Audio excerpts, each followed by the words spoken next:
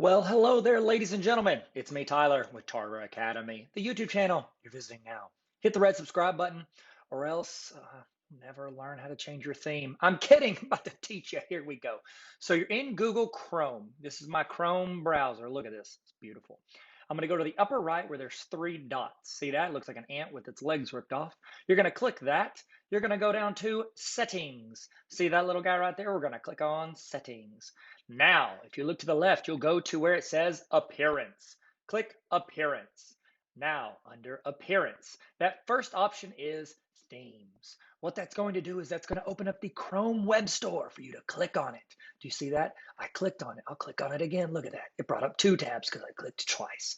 Now you can look through beautiful themes for all of your Google Chrome user experience. Here's one, high contrast colorful.